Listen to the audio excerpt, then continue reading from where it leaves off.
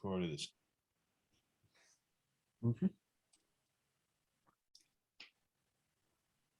We ready to go? Yep. Okay.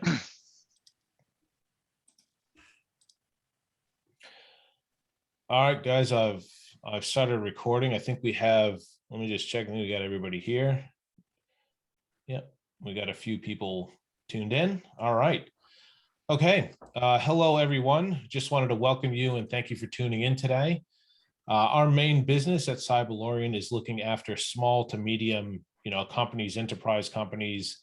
Look after their, we offer up cybersecurity solutions like training, advice, a few different products and things like that. But with our combined knowledge and experience of 60 years between the three of us in this space and different aspects of security and cybersecurity and IT, we feel it's our duty as people. We have parents, we know people in the seniors and things like that. We want to offer this up.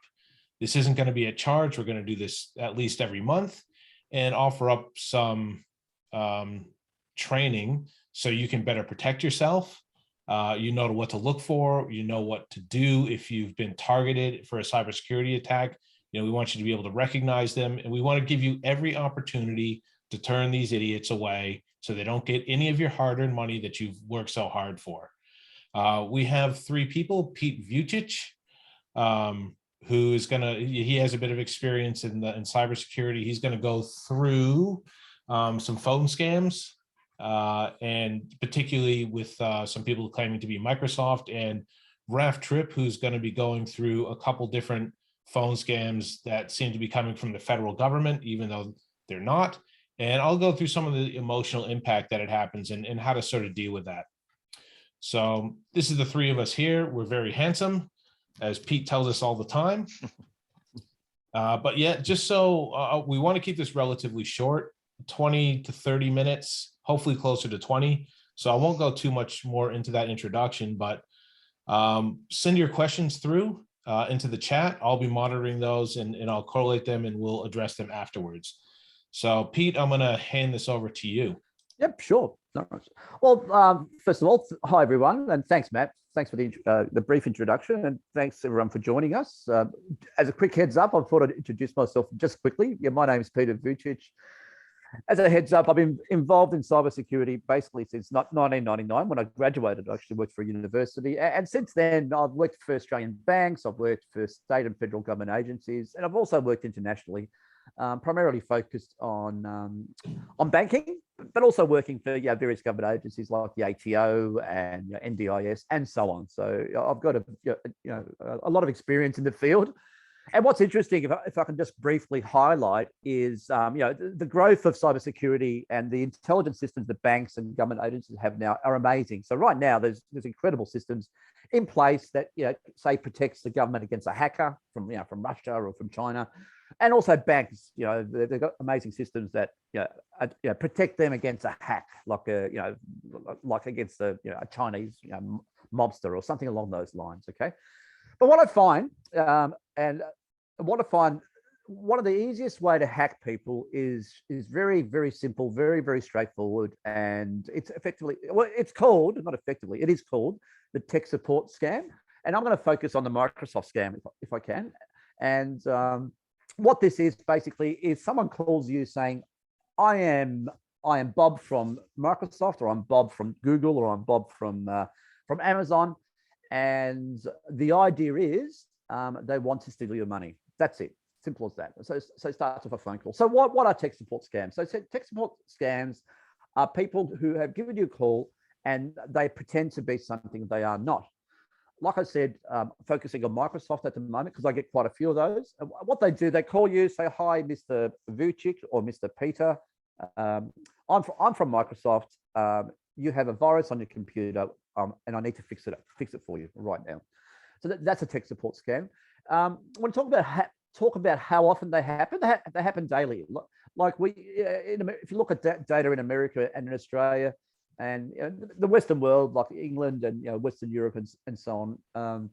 What these scammers do, they are targeting demographics 60 plus in America and Australia, and and the losses generally are, this data is 2 years old, by the way. It's generally $15 million a month.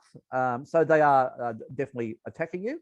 How it happens, they call you. They've got your details or some low level detail of you. They have your phone number, they have your surname and potentially your first name as well. And they call you. So they will give you, they'll call you like they know you, or they have information about you. And they kind of sound legit. And what I'm going to talk about is what to do. Now, let me just highlight that, be aware that these are criminals. You may think, oh, this is kind of cute, or this is a bit weird, or whatever it is. These are criminals. These are people who are in it to steal your money. And what the end goal is for them to get on your computer, to install some software, and to steal your internet banking details. That's the idea of the scam, to steal your money. So be aware of that. These are criminals. These are real criminals. Okay. So how it works, if you can just flip over to the next slide, if you don't mind, Matt. So the idea is about remote access. So remote access means somebody sitting in India. These call centers are often originate from India, but they can come from any part of the world. But and the idea is they want to install some software on your computer, right? And they give a sense of urgency that, sir, your computer has a virus, it is being compromised, and I'm here from Microsoft, I'm here to help you. What they want to do is for you to share your screen with them and then install some software. And if you look at that screenshot right there, you'll notice there's a bunch of errors. They want to give a sense of urgency, and they'll highlight all those errors there, if you note in the screenshot there, as something that's bad. But be aware that those errors is nothing new. All PCs and most devices have errors of some sort when they start up and so on. And what you need to understand is, if you have shared your computer, if you have shared your screen with a scammer, you would need to, you really need to consider that you've been compromised, that your computer has been compromised, and there's potentially malware on there, right? So that's the idea of it. They are there to steal your money, and that is the whole concept of this scam. And they will have a list of thousands and thousands of numbers that they'll call per day or per week, and they're just hoping to grab one fish. And they can steal up to anything from $1,000 up to $100,000 out of your account before you even know it. Okay, so what you can do? So what you need to understand, just stay vigilant. You have control here. So if the thing you should do is just hang up. Please note that Microsoft or a Google or an Amazon, they will never call you. They will never ever call you saying you have a virus, or they never call you directly. Like Amazon works or Microsoft works, like Amazon recently, I rang them and then they called me back. That's how the initiation starts. They won't call you directly at all, ever. So what you do, hang up. Don't worry about being rude. Don't worry about being polite. Just hang up on these people immediately. If you don't recognize them and they say that they are from Microsoft, like I said, I've had this happen to me 3 times this year. Don't worry about it. Even if they have your details, your phone number and so on, don't worry about that. They have the details of everyone. It just happens. The other thing to consider is just turn your computer off. Whether it's if you're on your desktop like I am, on a big desktop here, you can shut the computer down. If you're on your laptop, just shut your computer down there. Just turn off your computer and disconnect from the internet if you can. Like, you can go straight to your router, the thing called a router on your computer, where the internet comes into your house. You can shut it off there. So just get off the internet straight away, even if they're online with you. Look, if you feel that you've kicked them out, maybe you're part of the way through the scam and you've kicked them out, but you feel something's wrong with your computer, there's something funny happening, what you should do then is just restart your computer and run an antivirus software or antivirus program on your computer. My assumption is you have antivirus, and what you do if you run it after shutting down your computer and restarting it again, it might identify an issue or something's been installed on your computer. So that's something to definitely consider. Definitely have antivirus on your computer, by all means. Please do, and it's up to date. Look, if you have shared your screen, look, or you've been through this before, or this has happened to you before, and and you've gone through the process, you really need to think about that. Look, the scammers, the criminals have hacked your computer. They have. You probably have some form of malware on there. And there's potential whenever you're online, or if you leave a computer on, they can log into your computer remotely and do further damage, or perhaps do other things behind the scenes, even things like take over your webcam and so on. So there's various things they could do. So what you should do then is contact a local like a local tech support IT company. If you go to Google, there's plenty listed there. Or you can even contact Cyberlorian. We're happy to help as well, and they should be able to remove this kind of software off your computer. So certainly do that. Contact a local PC company of some sort. There are plenty online, or even potentially there could be in a newspaper as well. So certainly do that. And what else you must do immediately if you have shared your computer and you think you've been compromised, and just think, if I've shared my screen, you basically have been compromised in some way. Contact your bank. Just contact them straight away. You can contact them on the phone, or you can go march into a branch. Just walk up to the counter and say, I've been hacked. My computer's been hacked. I need to immediately change my internet banking password, and also consider changing your username as well. That's useful, because sometimes a username can be a credit card number. And potentially you can also ask the bank to freeze your accounts if you're worried as well. So that will, they can put a block, for example, on your account for 10 hours, 12 hours, 24 hours while you resolve these issues. So they're the things you can certainly do. And just be aware, just to reiterate, you're in control, stay vigilant. If you don't know who they are, just hang up. Just hang up on these people when it begins. I have been involved in 3 of these this year, and I've hung up each time. So I'm not going to worry about that at all. But it's a very clever, simple, straightforward tactic. They are calling you, giving you a sense of urgency that something's wrong with your computer. They're there to help, and they are not there to help. They're there to steal your money. Now, look, entry points to steal your money.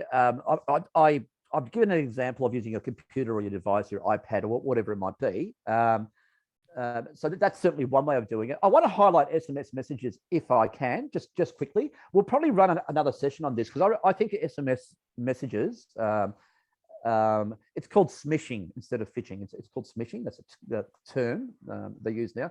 It deserves a 20-minute chat by itself, but just very quickly, and a rogue SMS, if you receive an SMS and it appears it comes from a bank, or comes from Amazon, or comes from Microsoft, it works in a similar vein. Often, and you don't recognize it, or they often look like they're legitimate.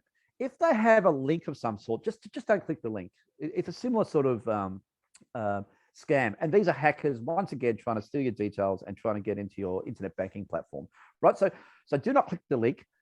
As a heads up, the link often leads to a download page or a legitimate looking website where you enter your internet banking details and they capture those details, or you download an application and it captures your details off your phone, for example. If you receive an SMS, just delete it. Don't ever click any hyperlink from anyone you don't know. Just delete it. Okay. So once again, SMS we'll talk about more perhaps in another session. We'll probably run it in the next month or so. All right, Matt. So that's all I have in regards to these tech support scams. I've used the Microsoft flavored one as an example, but it's something to consider. And I just want you all everyone on the call to realize you have control, stay vigilant, and just hang up whatever you do. So back to you, Matt. Yeah, thanks, Pete. That was pretty good. That was a really good detailed explanation of those scams. Just remember, everybody gets these. And just follow the advice. Hang up. Talk to your bank. The quicker you talk to the bank, the better. If you can recover your money, if you've lost some money, the quicker you get to it, the better. A lot of times now they're not taking big hits out; they're taking little bits at a time, so it's not noticeable. So if you suspect that it's happened, the sooner you get a hold of them, the better. There you go. So I'm going to pass it on to Raf. Raf is going to talk a little bit about his experience, and then he's going to go on to a couple what seems to be federal government agencies contacting you which are a scam, and he'll go into a bit of detail about what they look like and what to do if that happens. So go ahead, Raf, on to you. Thanks, Matt, and welcome everyone. Thanks for joining us on this webinar. Just very, very quickly, so a bit about my background. I've worked in IT since 2000 and in a lot of different jobs and industries. I've worked in operations. I've been a systems analyst, consultant, and an IT services manager in various industries, as I said, gaming, not-for-profit, healthcare, education. And as I said, done a lot of different roles in that time. And cybersecurity has always been a part of all the roles that I've done. And it does get more important as time goes on because of the proliferation of the type of scams and also the incessant and endless attacks from cyber criminals towards business. But right now we're focusing on the sort of scams that affect everyone really, because if you've got a smartphone, you can guarantee you've been had at least a few attempts of someone trying to scam you on your phone. So this isn't business related at all. And as Matt said earlier, we're sort of leveraging all our years of experience to help everyone out there in the community. And the one that a couple I'll focus on first, starting with a scam that's prevalent right now. And I've actually had attempts on my phone as well. So these scams, you'll get someone calling, pretending to be a representative of the Australian Federal Police or the AFP.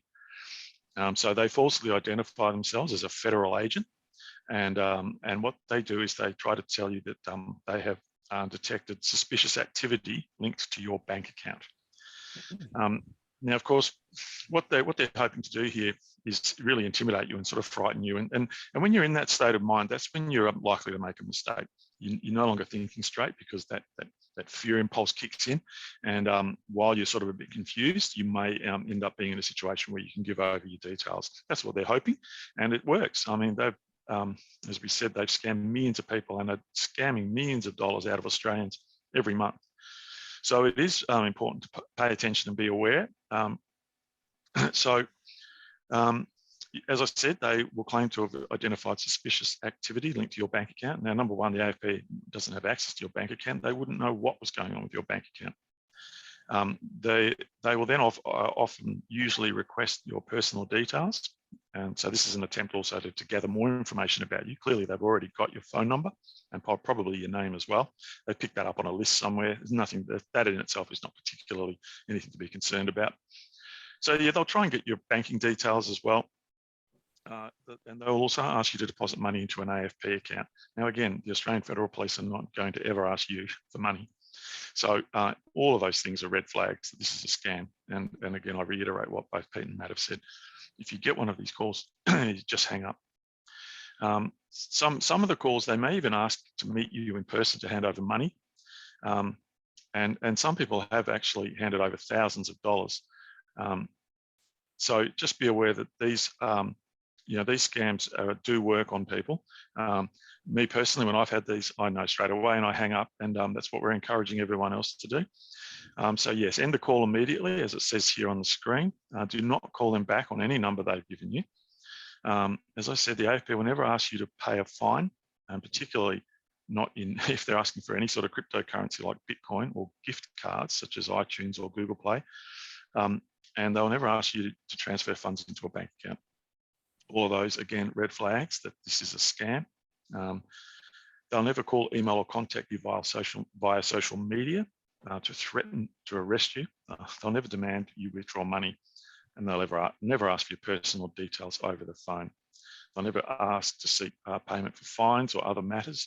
And if you are in doubt, you can call the AFP. So again, if they're on the phone, just hang up.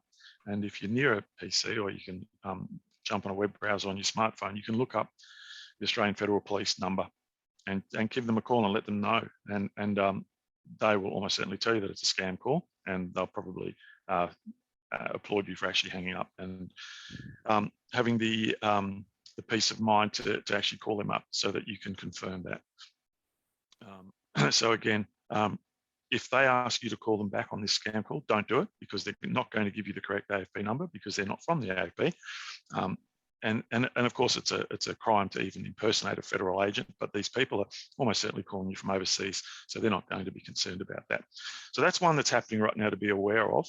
There's another one that's occurring right now, the ATO scam. So again, you may get a call from someone pretending to be from the ATO, saying that you have a tax debt and that you need to pay it straight away.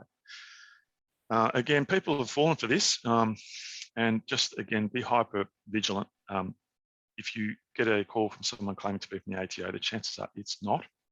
Now, the ATO do occasionally use the phone or email or an SMS message to contact you legitimately, but there's a few easy ways to tell the difference between a real call from the ATO and a scam. The ATO will never send you a pre-recorded message. They'll never threaten you with immediate arrest. They don't even have the power to do that. They will never demand payment through unusual methods, again, like gift cards or asking for personal bank account details. And they'll certainly never insist you stay on the line until a payment is made. These are all, again, red flags that this is a scam. And the other thing to be aware of, if the ATO did call you, their number will show up as no caller ID. Now, a scam caller, generally that won't happen. You'll probably see a mobile number if you're on your smartphone. And again, if you're unsure, you can call the ATO directly. And so what you would do is hang up on that call. And if you're really not sure and you would like that kind of confirmation, you can ring them up on the number on the screen now, 1-800-008-540 to confirm. I don't necessarily recommend that you do that. You can, of course, as I said, for your own peace of mind. It's almost certainly going to be a scam call. Just hang up on them. And again, I reiterate that don't feel that you're being rude because these people are criminals and they want to steal your money. So it's like someone knocking on your front door and asking can I have your wallet, please? Would you be rude about not answering the door to them? No. And this is just the exact same thing. Don't feel shy at all. Just hang up. And in fact, I've gotten used to doing it now, and I actually feel a sense of satisfaction because I know that that's one less scam, and they're going to have to go along to the next person, and hopefully the next person will do the same thing to them. And again, we encourage you to do the same thing. So they're just a couple of scams that are happening right now. Be aware of both of them. And again, the very simple advice is just to hang up. Back to you, Matt. Yeah, thanks, Ralph. And I was just sort of thinking about something to highlight how prevalent these particular scams are, and how often they're using gift cards and like Apple iTunes voucher cards that you can go to get at Kohl's or someplace. You can't buy more than, I think, 5. I don't know the exact number. If you go to Kohl's and you try to buy more than 5s, whatever the number is, first of all, they give you, I don't know if you'll be able to see it, but they give you this scam alert thing, and then they don't let you buy any more. You can only buy up to a certain amount because even Kohl's are aware that this is happening that often, and they'll say, no, you have to go away and come back later to buy more gift cards, because so many people, every day they're coming in, and people are losing money hand over fist. So what I'll do is I will do a quick introduction into mine, because I'm going to go through just what you think you should do if you should be scammed, and just some emotional impact. We are getting into the questions. We're not going to have time to get through all the questions because we're just getting a little bit long. We wanted to keep this webinar brief. So a bit of my background. I started, I guess, in security in the U.S. Army as a military police officer.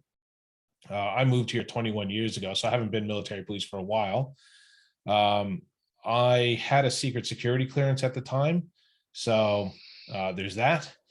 I've always been interested in IT and security, obviously.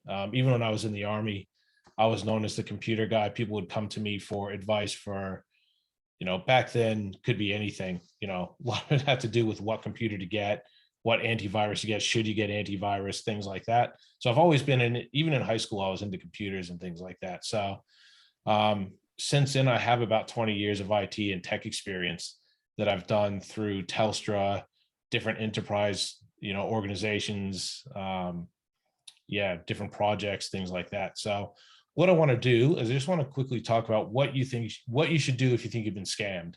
And I think you should have a pretty good idea of at least being able to suspect if you've been scammed, And if you haven't been scammed, but you think you might, still take those steps that Raf and Peter have mentioned. So call your bank. Don't take the phone number that the person on the phone has given you as the actual phone number. Look up the number at NAB, or look up to the number at whatever you do business with. Call that number. The people on the phone aren't going to give you the, well, I mean, if they're legit, they are, but they wouldn't call you anyway. So look up the real number, ask if you have an issue or if you're actually going to be arrested, and call them up. Go to the bank and see them in person. If you have an antivirus program, I personally, I would make sure through a qualified IT person or someone that you really trust in your family to know that it's a really good quality IT, quality grade antivirus program to do a scan on your computer. If you're not sure, call someone daughter, friend, local IT guy. Change your internet banking password. Pete mentioned that a little bit. Also change your username, because it could be a credit card number, and that obviously isn't good if they have that. Shut your PC down, turn off your tablet, and disconnect from the internet. There's that. Now, I just wanted to quickly talk about the emotional impact. If you've already been scammed, I wanted to say don't worry, but you're going to worry anyway. There's going to be a range of emotions. You're going to be angry. You're going to feel ridiculous. You're going to feel, upset in different ways. One thing that we don't want you to feel is dumb in any sort of way. I mean, we all have family members. I have family members who have been caught out in these scams before. One of them in particular was caught out a year ago. He initially lost some money. Thankfully, the bank, he didn't voluntarily hand over money. They took it from him. So the bank addressed that and he got the money. One thing you need to be concerned of is if you voluntarily hand over money, like if you do a bank transfer, the banks have advised that they're not likely to give that money back. So don't be voluntarily handing money over. So there's that.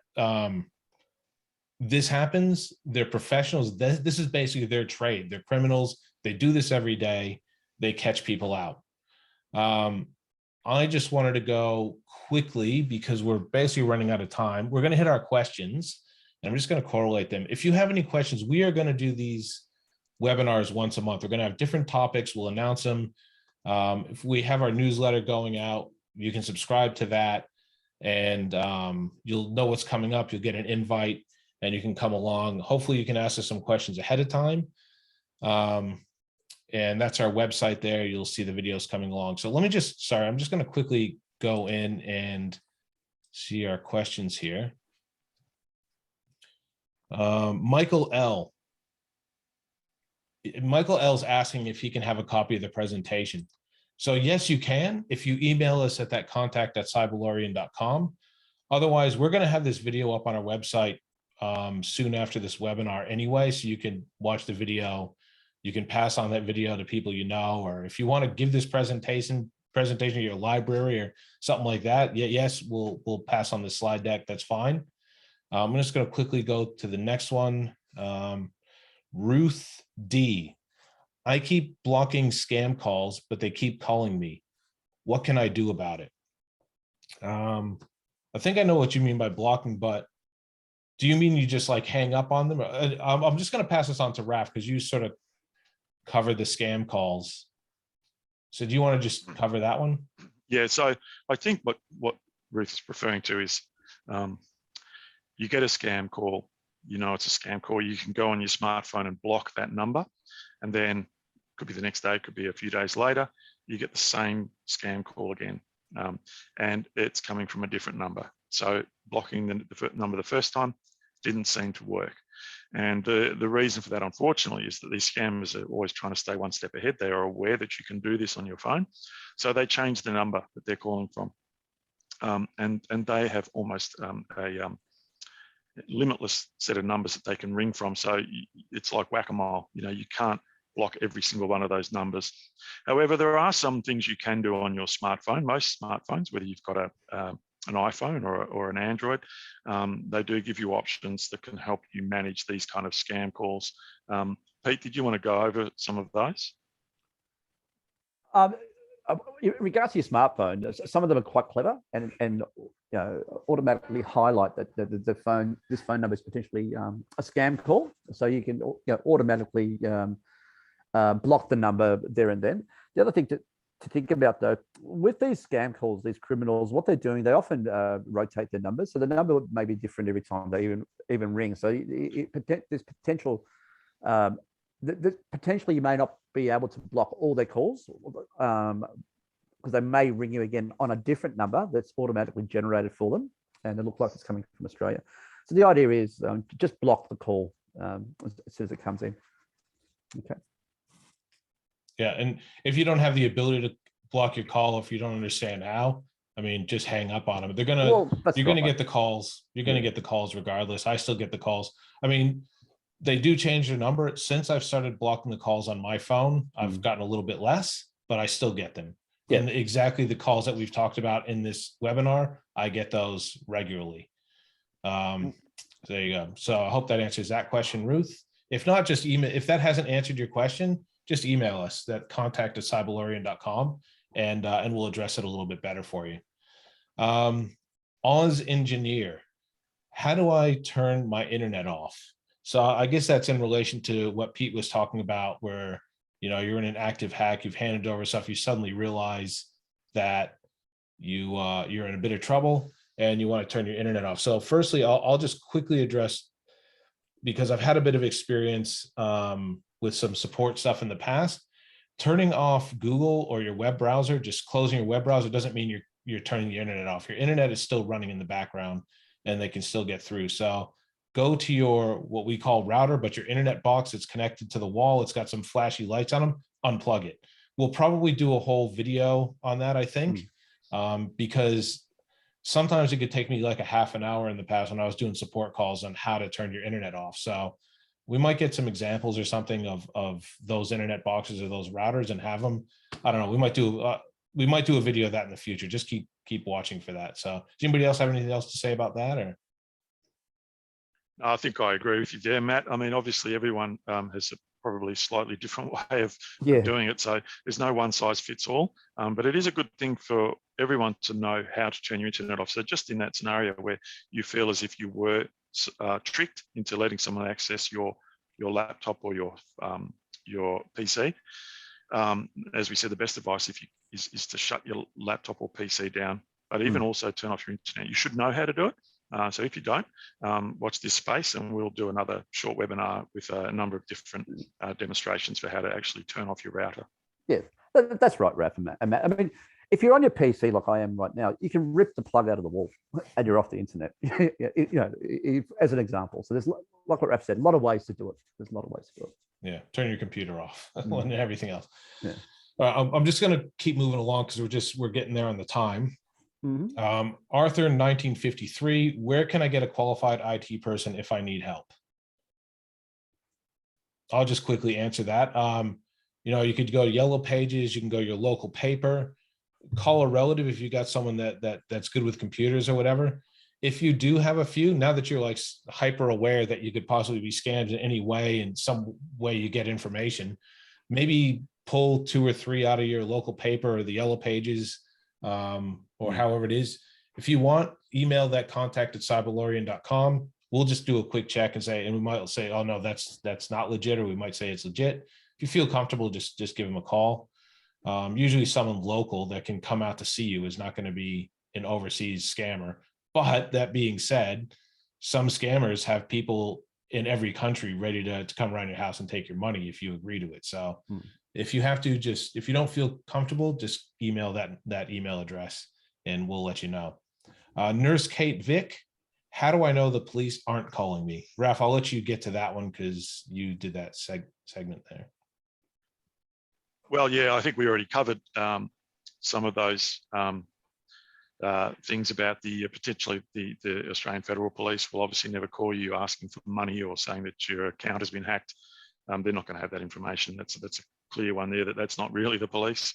And the other thing to be aware of is if you're really not sure, if you just is this a scam call or not, when someone claiming to be the police is on the phone with you, then just you can be perfectly polite and say, look, I'm just going to hang up now, and I'm going to look up the number of my local police station, and I'll call back just to confirm. And so, in other words, don't call on any number that they've given you. Call back your local police and explain, oh, was there someone trying to get a hold of me? Because I just had a call from someone claiming to be from the police. And they should be able to confirm once you give over some details. And now that you know you are talking to the legitimate police, whether it really was a legitimate call or not. Yeah. And just further to that too, like they're aware that people do that. That's a common, I guess, defense is, I'll call that. They also rely on fear. They're going to get aggressive. No, don't call. If you hang up, we're going to, and you watch for language, we're going to send the sheriff around. Like they're not going to say they're going to send the sheriff. Just be careful of the language they use. I mean, they're going to call themselves out, but any legitimate law enforcement agency is going to be aware of these scams. Going to be like, that's very intelligent of you. Yes, definitely call us back. And that's very good. And we appreciate that. Very clever. They're not going to get aggressive and tell you, if you hang up, we're sending the sheriff over now. So they're just to be aware of. Now, we do have other questions, but what we might do is correlate those and include them in other topics that we could run in the future. Send us your questions, send us anything that we can do content on that you maybe even a friend is having a thing.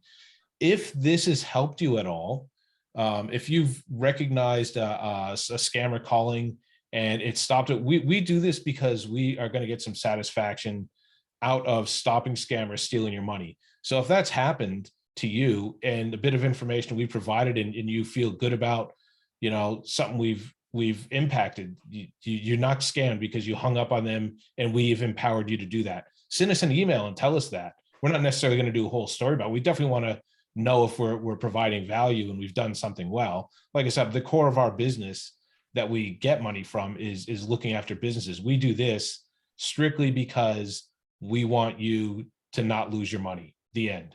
So I think that's going to wrap it up. Watch for future, go to the website, watch for future videos, check your emails, send us an email if you want to be subscribed to our mailing list, and we'll cover off other topics similar. We really want to look after you guys. So thanks a lot for tuning in. We've definitely hit that time limit. And we appreciate your time and tuning in. And we hope we provided some value. So thanks a lot, guys. We'll catch you next time. Thanks, everyone. Yeah, thanks, everyone. Thanks, Matt. This was good.